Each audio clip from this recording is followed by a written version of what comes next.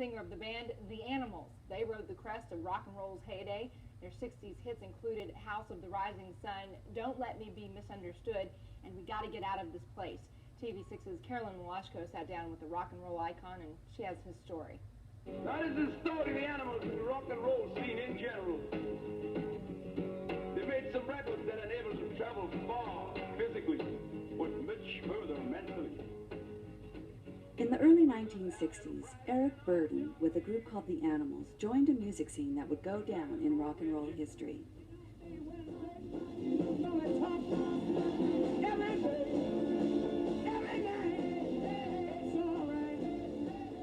I understood immediately that that music was just more than, rock and roll music was more than just three chords and a backbeat.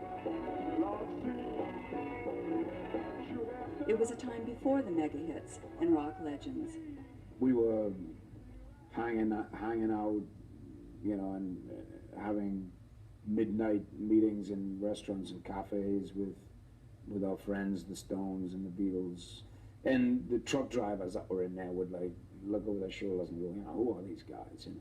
These guys were the British lads who were creating a sound heard around the world. As much as the Brits were involved in the British invasion, whatever name you want to put on it, it is American music. His music was American, but the energy was pure Burdon.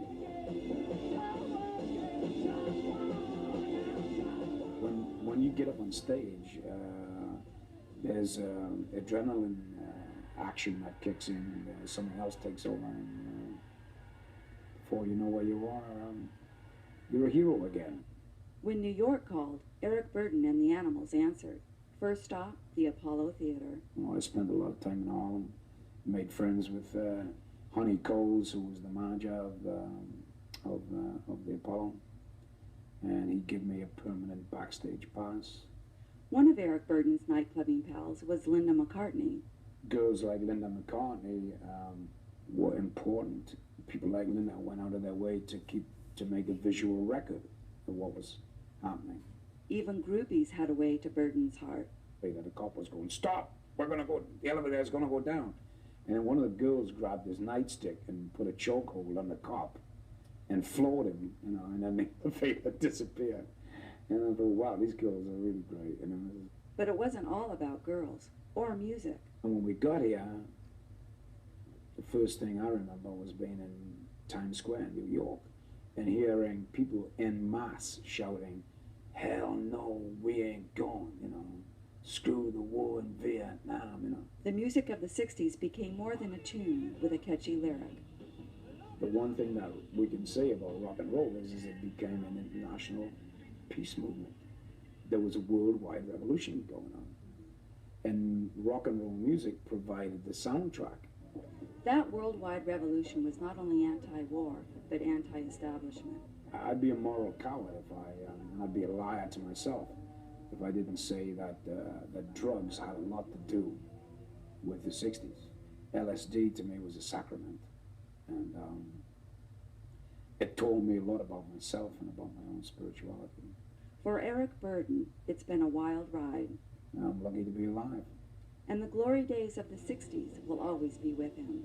My heart is still in the streets of Paris, in the streets of Prague, and in the streets of Poland, and in the streets of New York and Berkeley.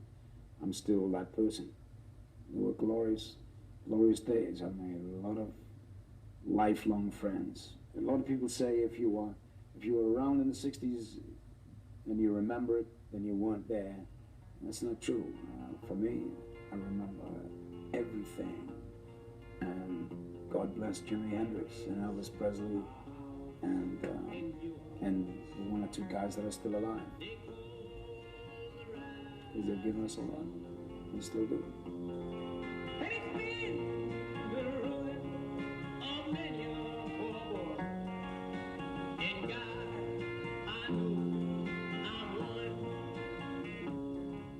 Carolyn Malashko in Palm Desert for TV6 Today.